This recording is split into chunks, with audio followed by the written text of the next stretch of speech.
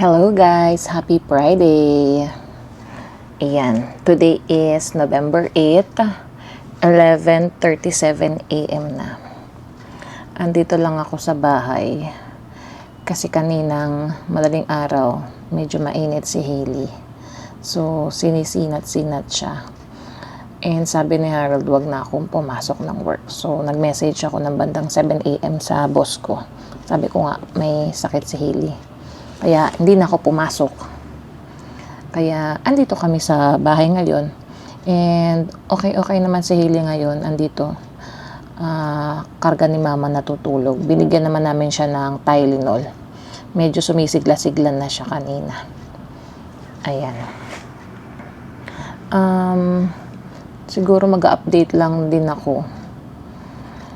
Total, nandito lang naman kami sa bahay ngayon and medyo gloomy yung weather pero hindi naman umuulan. Para meron kaming content din ngayon. Ayan, yung mga nakikita ko sa social media guys. Ang una kong nakita ngayon is yung bagong changes ng IRCC sa mga visitor visa. Nakita ko siya kagabi sa TikTok. Tapos nagulat nga lang din ako. And then this morning, nakita ko naman sa vlog ni Miss Ina na in-explain din niya doon yung changes nga sa visitor visa. Yan, pwede nyo rin panoorin sa vlog ni Miss Ina. Mas in-depth yung explanation niya. Sa akin yung medyo parang sigurong layman's term lang din na pagkakaintindi ko doon sa nakita ko na video. Ang bago nilang changes ngayon dun sa IRCC sa mga tourist visa is Kasi from previous na mga na-approve na tourist visa or lang visitor visa, kagaya nung kay mama, ang pinaka-default nila kapag na-approve ka is multiple visa. And then, nakadepend yung multiple visa mo na validity sa validity ng passport mo. So, for example, yung kay mama, na-approve siya 2023 nung after ko manganak. Ang validity ng passport niya is hanggang April 2029. Yun yung expiry ng passport niya. Tapos, binigyan siya ng multiple entry. So, ibig sabihin, pwede siya magpabalik-balik dito sa Canada hanggang 2029. Same din yung kay Papa. Kung ano din yung expiration ng passport ni Papa, yun din yung validity ng visa niya na multiple entry. So, ngayon guys, meron na daw option ang mga visa officer na mag-approve ng single entry lang sa mga new applicants ng tourist visa. So, ayun yung parang changes nila. Lilimitahan na rin siguro nila yung pagbibigay ng multiple entry. Merong mga specific na eligibility or qualifications kung bibigyan ka man ng multiple visa, guys. So, ayun. Buti na lang, na-issuehan na si mama at papa ng multiple entry. So, ayun yung update ko sa inyo na nakita ko sa social media kagabi. Tapos, ito pa nga yung isa kong ikukwento ko sa inyo guys about sa Facebook Marketplace. Diba nakita nyo sa mga previous vlogs ko, bebenta ko ng ibang stuff namin dito sa Marketplace. And then, pinipick up dito, tapos nagbibigay ng cash. So, ganun naman yung nilalagay ko na details sa posting ko na cash only and then pick it up dito sa aming lugar. Tapos, ayun nga, naisipan kong ibenta na yung stroller ni Hailey. Kasi guys, ayaw na niyang sumakay sa stroller. Kaya hindi na rin namin masyadong dinadala sa mall or sa ibang gala namin yung stroller ni Hailey. Ang mas dinadala na lang namin yung carrier dito sa katawan. Saka yung isang parang cushion na inuupo lang siya tapos nakatali dito sa waist namin. So, gano'n na lang kami kapag umaalis. So, naisipan namin ang ibenta. Pinost ko yung even flow niya na stroller kasama ang car seat ng $150.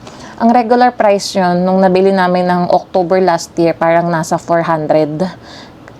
Parang mga ganun, kasama na yung tax. Parang yun ang pinaka-affordable na mabibili namin dito. Kasi meron pang mas mahal talaga mga strollers and car seat. So, nakatambak na lang siya dito sa aming cabinet. So, naisipan ko ang ibenta, di pinicturean ko na. After a few hours, may nag-message sa akin. Ang sabi niya, guys, titignan ko dito sa aking marketplace na history. Sabi niya, "Hello, could you hold it for me? I'll be back in town on Saturday. I can pick it up any day. If it worked for you, could you also provide the e-transfer details? I want to pay now." So, yun yung na-receive ko na email.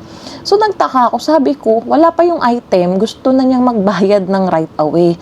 So, sabi ko, naku, mukhang scammer to. Actually, dalawa silang nag-message sa akin. Same din yung nilalaman ng kanilang text. Ganun, gusto na daw magbayad, ibigay ko daw yung email address ko para sa e-transfer. Ganun kasi yung pasahan ng dito pera. Parang kung sa Pilipinas, GCash, dito e-transfer, like Interact transfer, bank to bank. Sabi ko, naku, scammer to. So, hindi ko na nireplyan. And then, nung kinagabihan, kinuwento ko kay Harold, sabi ko, may nag-message sa akin na parang scammer nga na gusto na magbayad, i-transfer pa, gusto daw i-hold, bilhin yung stroller, i-hold daw sa kanya until Saturday or kung ano man yung sinabi niya. Yung sabi rin ni Harold, scammer, meron din daw siyang napanood sa Facebook na matanda na na-scam din daw, nagbebenta ng parang table sa marketplace. Tapos kinlik niya yung link, same din yung information na tinext sa kanya. Kinlik niya yung link, kasi nag-send na nga sa email niya ng Interact. And then parang everyday nakakuha na sila ng 3,000. So buti na flag yung bank niya. May message din siya or tinawagan yata siya ng bank na parang kung authorized transaction daw, blah blah blah. So yun din yung same na napanood ko kagabi sa TikTok na nagkukwentong matanda na dahil sa $30 na table na binibenta niya sa marketplace, na-scam siya. So, meron na rin palang mga ganong scam sa Facebook Marketplace, guys. Kaya, ingat-ingat. Buti na lang talaga. Medyo nakutuban ko na scammer to. So, pinagbabalak ko na sila sa Facebook. Yun lang naman yung item na may nakapasok sa akin na nagtanong. Pero usually, okay naman yung mga transact ko dito sa Vancouver, sa marketplace, pumupunta pala sila dito para magbayad ng cash. Meron pa nga mga Pilipino nun eh. Yung last time yung binenta ko yung McDonald Crocs na keychain, ayun, Pilipino yung nakabili. Ayun lang naman. Ano pa ba ang ating update? Ayan, si Hailey kagabi pala. Ayan, naglakad na siya. Insert ko na lang yung clip dito kasi na-videohan ko siya lang sa cellphone. Nag-start na siya maglakad ng mga 13 steps. Nagulat nga kami. Yung mga nakaraan, 2 to 3 steps lang siya. Tapos kagabi nagpakitang gilas, guys. 12 months. Yan, kaka-birthday nga lang niya, diba, no? October 28. Tapos naglalakad na siya. Malapit na to siguro takbo-takbo na. Maghahabol na kami. Yan, ine-explore na niya yung paglalakad niya. Kaya tuwan-tuwa kami kagabi. Yun ang kanyang milestone. Ayan. Sana okay pa yung pakiramdam ni Hailey. Bibigyan ko ulit siya ng Tylenol siguro after 6 hours. Kaya, ayun guys. A few moments later.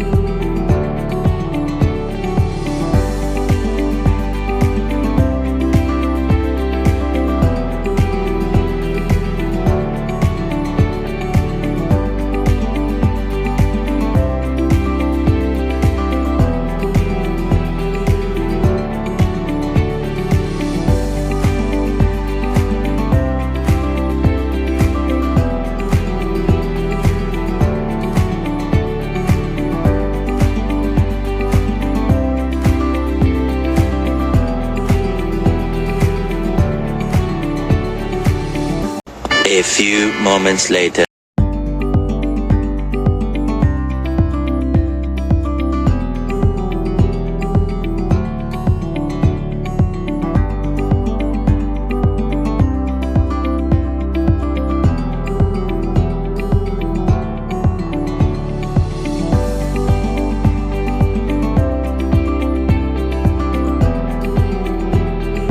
Guys, gabi na. 6:34. Ayan ang aming ulam. Yan yung homemade na sausawang ginawa ni Harold. Yan ang favorite naming tinapa. 4 na piraso niyan, guys, $10. Dalawa ng pack kinuha ni Harold. So, $20 to. Naging favorite namin siya nung niluto ni Harold to last week eh. Ang crispy kasi. Pero, syempre, mas masarap yung sa Pilipinas na version. And then, gagawin ko yung lumpiang toge. Ito, niluto na ni Harold. Ako na lang magbabalot saka magpiprito. Napatulog ko muna si Hailey nang pinadedi ko. Medyo meron pa siyang lagnat eh. Chinek ko kanina, nasa 38.1. So, nagbigay ulit ako ng Tylenol. And hindi muna namin siya dadalhin sa emergency kasi maghintay lang kami ng matagal doon. Tapos, kawawa lang si Hailey at iiyak-iyak lang yun kasi kukuha na ng ihe. Diba? Tuturukan na naman. Kaya, dito muna kami. Imo-monitor lang namin si Hailey. Ayan. So, balutin ko muna to guys. And iprito natin ang lumpiang toge.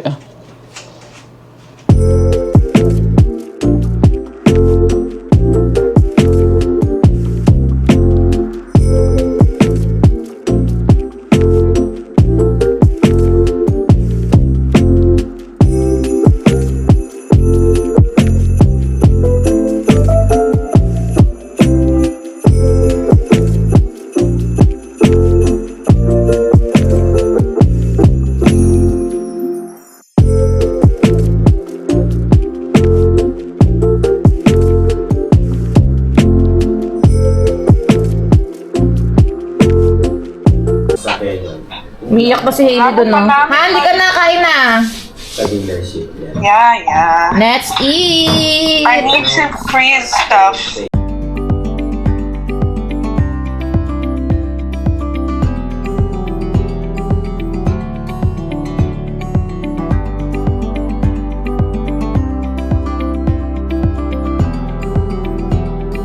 Hello guys! Happy Saturday! Today is November 9. 3 p.m. na ako nag-start mag-vlog. Ayan, kauuwi ko lang actually kasi ngayon yung first day ng aking driving lessons. 1.5 hours kami. So, 1 hour and 30 minutes kami nag-drive within sa residential lang. So, yun yung first lesson. Bali, nag-book ako ng 10 hours for driving. Yun yung parang standard package ni Kuya Chris. Pilipino siya na driving instructor. So, magbabayad kami ng $600. Ayan. So, natapos na ako, guys. So far, so good. Ang comment sa akin ni Kuya Chris, para daw sa zero knowledge na walang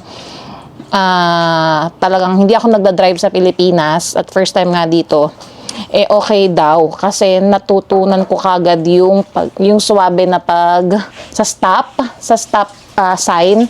Tapos yung left turn ko, talagang naswabe ko na agad. Yung nahirapan lang ako yung sa pag-right turn. Kasi syempre, medyo makikipot yung mga kalsada dito sa residential. So, kailangan i-anggulo. Tinuruan naman niya ako yung tricks niya kung paano yung swabe din na pag-right turn. So, ayan, na-enjoy ko naman. Kailangan lang talaga malakas ang loob. Kanina nga, binusinahan kami. Kahit naman may nakalagay doon sa likod ng kotse niya na student driver. So, ang ginawa ni Kuya Chris, binusinahan din niya. So, hindi naman siya lumaban kasi alam naman niyang, diba, parang new driver or nag-aaral pa lang. Kaya, ayun, may mga bully rin dito, guys. Kaya, kailangan be patient. Kaya sabi nga ni Kuya Chris, pinanganak siyang marunong na siyang mag-drive. Natawa lang ako So, hindi rin naman ako nakapag-vlog dun, guys. Kaya, syempre, hindi naman alam ni Kuya Chris na tayo content creator at vlogger, diba? So, ewan ko, next time siguro kapag medyo lumakas na yung loob ko, medyo tingnan natin kung makapag-video ng konti kung ilalagay ko lang tong camera ko dun sa may dashboard niya. Try natin, guys. Or siguro kapag medyo patapos na yung lessons, isama ko si Harold. Dun siya sa likod, panonoorin niya ako. Pwede niya akong ma-i-video. Pero let's see. And update kay Hailey, medyo okay na siya ngayon. Pero kanina lumabas yung sipon niya. So sabi ni Mama, medyo nagkaka-energy na ngayon. Pero hindi pa namin ngayon masyadong pinapalaro kasi baka mabinat nga. Ayan, okay naman na siya. Thankful. Ayan, thank God na umokay si Hailey. Kasi nga uso daw, guys, ngayon ang talagang sakit sa mga babies.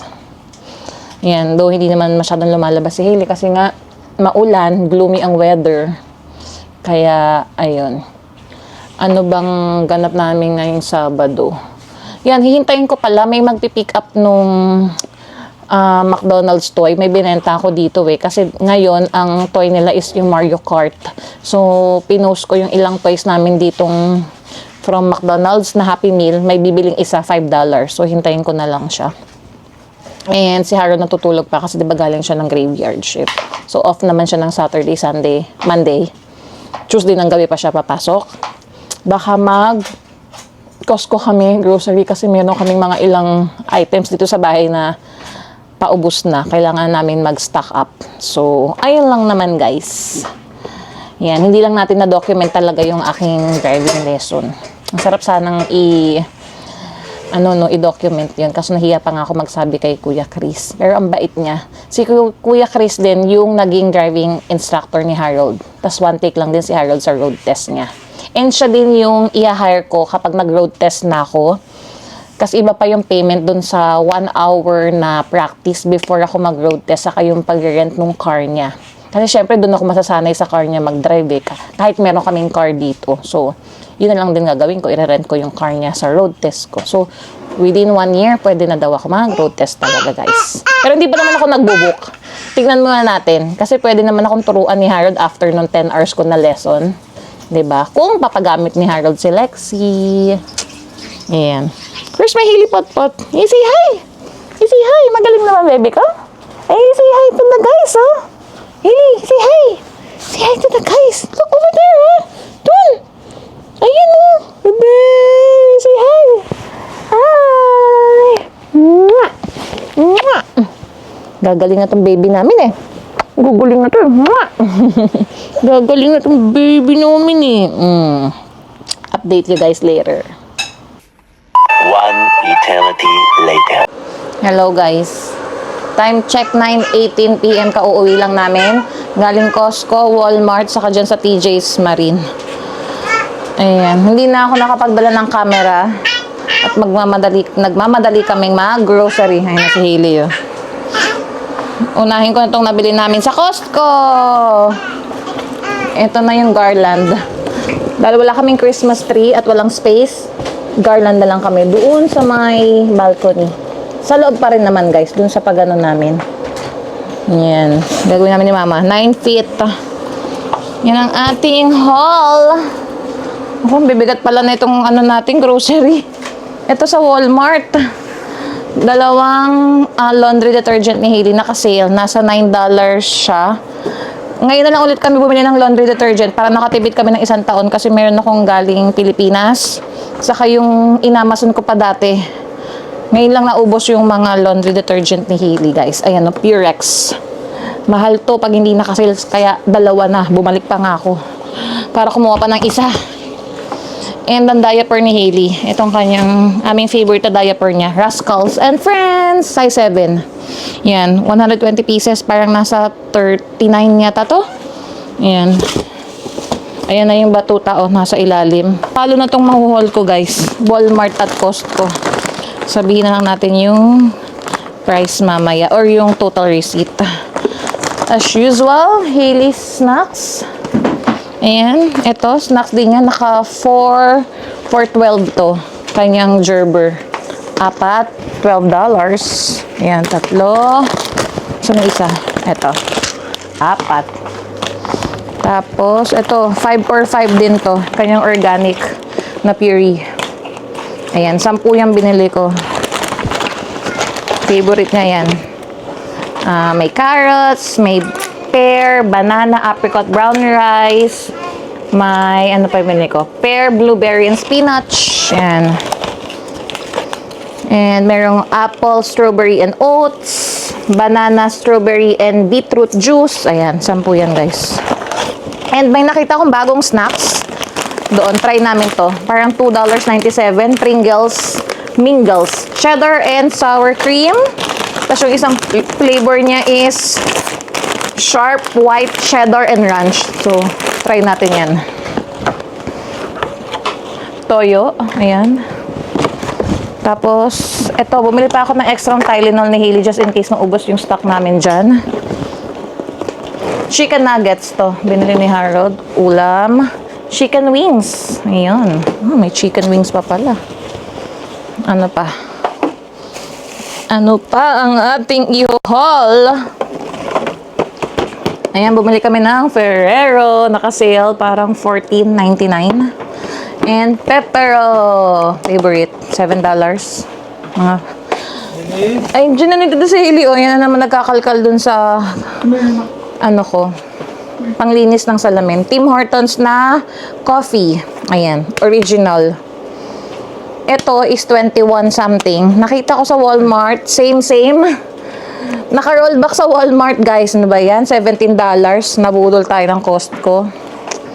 Ang panlaban namin, gain. Sa Costco to, guys. Parang $14 to. Naka-sale. Ayan, yung mga mabibigat. Tapos dalawang tubig ni Hailey. Ayun. And ito, alam ko, frozen ito saka mga gulay. Ayun lang naman. Nasaan na yung... Ayan, mga frozen na to.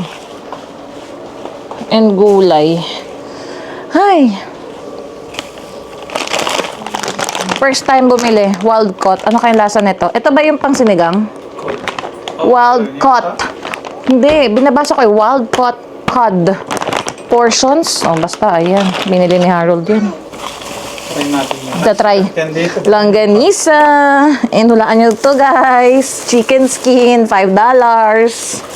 Ito natin lagay. Sikat ba yan? Cod. Ano bang pronunciation yan? And chicken split wings. Ayan. Magkano yung chicken wings na yan? $9.16. Ito ang buto-buto. Dahil magninilaga kami. Yung isang pack niya is 384. Yung isa 404. Guys, ayan. Meron pa dito. Mga gulay na to. Broccoli. Ayan. Sayote. 2 pirasong sayote, guys. 636 na. Ang mahal. Bok choy. Bakit? Ang nagawa ni Ili. Eto. Ano nga to, Han? Pang nilaga to. Pechay. Ayan. Pechay. Onions. Ay, hindi. Dito iba tawag eh. Cabbage pala. Nalito na. Hindi rin cabbage. Ay, hindi rin cabbage. Iba tawag. Basta pang nilaga, guys. Bahala na kayo dyan. Comment down below. Kung anong tawag. Celery. Papatry natin kay Hailey. Ayan. Yung celery niya. Potato sa nilaga. Oh, mama. Ayan. Bumili ako ng orange. Seedless. Kamatis. And, eto. Dahon ng sibuyas ulit. Banana. Ayan ang banana. Ano pa tong last? Ay, cucumber. Ayan, nahihilig na ako sa cucumber na may suka. That's it. Wala na dito sa ano. Wala na. Ayun lang. Asan na pala yung resibo? Nandito, guys. Ang resibo. Ayun, si Hailey sa baba nangangalkal din ng grocery. Oh. Ito muna tayo sa Costco. Costco namin, ilang piraso lang yun, guys, ha? 149.18 cents. Costco. Walmart. Ito, nagulat kami. Akala namin, magto $200 kami. Dahil doon kami nag-grocery instead of TNT. Pero ang bill namin sa Walmart, 172 and 87. And dinagdagan ko pa nung sabon ni Hailey. Bumalik ulit ako. So, ano siya, $10 and 38. So, parang 182 yung Walmart namin this week. Ayun. That's it for our vlog today, guys. Let's end the vlog, Hailey. Come on, ito si Hailey, oh. Let's end the vlog. That's it for our vlog. Please like, share, and subscribe. Hope to see you guys on our next vlog. Bye! Hailey! Bye! Uy, say bye!